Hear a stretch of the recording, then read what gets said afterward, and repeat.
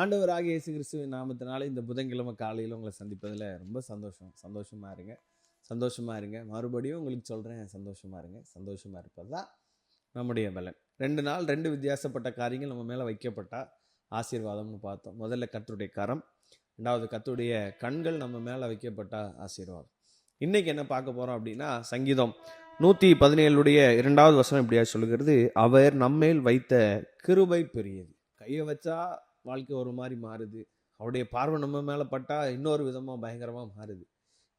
இது 2 காட்டிலும் இந்த இப்போ நான் சொன்ன பார்த்தீங்களா, இந்த வசனம் ரொம்ப பெரியது. அங்கே நம்ம வாசிக்கும் போது அவர் நம்மேல் வைத்த கிருபையே பெருசு.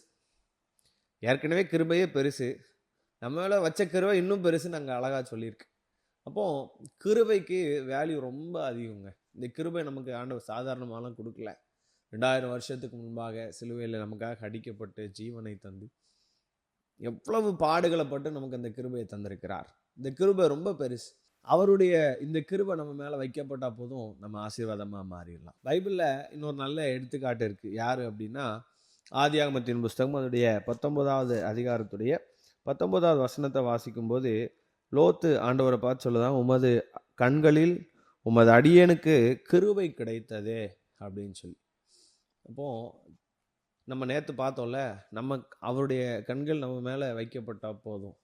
இங்கே லோத்து சொல்கிற, உங்களுடைய கண்களில் எனக்கு கிருபை கிடச்சிருச்சு. அப்போ கிருபை இன்னும் ஸ்பெஷலானது. அப்போது ஆண்டவர் லோத்து மேலே வைத்த கிருபை நிமித்தமாக அங்கே அவனுடைய வாழ்க்கையில் ஒரு பெரிய விடுதலையை ஆண்டவர் கொண்டு வரார். என்னென்னா, இவனாக போய் வாண்டடாக மாட்டிக்கிட்டான். பார்த்தான், கண்கள் எட்டுற தூரத்தில் பார்த்தான், பச்சை பசேல்னு ஏதேன் தோட்டத்தை போல இருக்குது இந்த சோதம் குமாரா பட்டணம். இதெல்லாம் பார்த்துட்டு அவனா போய் வாண்டடாக போய் ஒரு கடினமான சூழ்நிலைக்குள்ளே மாட்டிக்கிட்டான். நம்மளும் நிறைய நேரம் இந்த மாதிரி நம்மளே வாண்டடாக போய் மாட்டிக்கிறோம். இதில் இருந்தெல்லாம் நம்ம விடுதலை பெறணும்.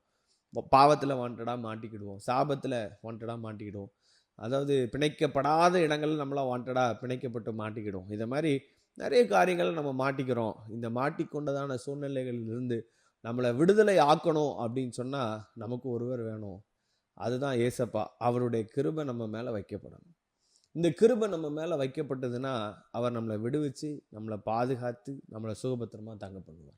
நம்முடைய வியாதியிலேருந்து விடுவிச்சிருவார், நம்முடைய பலவீனத்திலேருந்து விடுவிச்சிருவார், நம்முடைய சுகவீனத்திலேருந்து விடுவிச்சிருவார், சாபத்திலேருந்து விடுதலை, பாவத்திலேருந்து விடுதலை. நம்முடைய வாழ்க்கையில் நீங்கள் எதுலேருந்துலாம் விடுதலை எதிர்பார்க்குறீங்க, எல்லாத்துலேருந்துமே விடுதலை தந்துடுவார். நீங்கள் எதுலேயுமே மாட்டியிருக்க மாட்டீங்க. நப்தலி, நீ விடுதலை பெற்ற பெண்மான் அப்படின்னு தான் ஆண்டவர் சொல்கிறார். விடுதலை ஆக்கிறது ஆண்டவருடைய கிருபை. அதான் அங்கே லோத்து ஆண்டவரை பார்த்து சொல்கிறான், உங்களுடைய கண்கள் எனக்கு கிருபை கிடைத்தது, அதுவே எனக்கு பெருசு. அந்த கிருபை தாங்க இன்றைக்கி நம்மளை விடுதலை ஆக்க போகுது. அதனால் இந்த கிருபைக்காக ஆண்டவர்கிட்ட கேளுங்க, ஆண்டவரே இந்த கிருபை என் மேலே நீங்கள் வைக்கணும்னு சொல்லி ஜெபம் பண்ணுங்க. ஆண்டவர் இன்றைக்கி உங்களை ஆசீர்வதிக்க போகிறார். God bless you.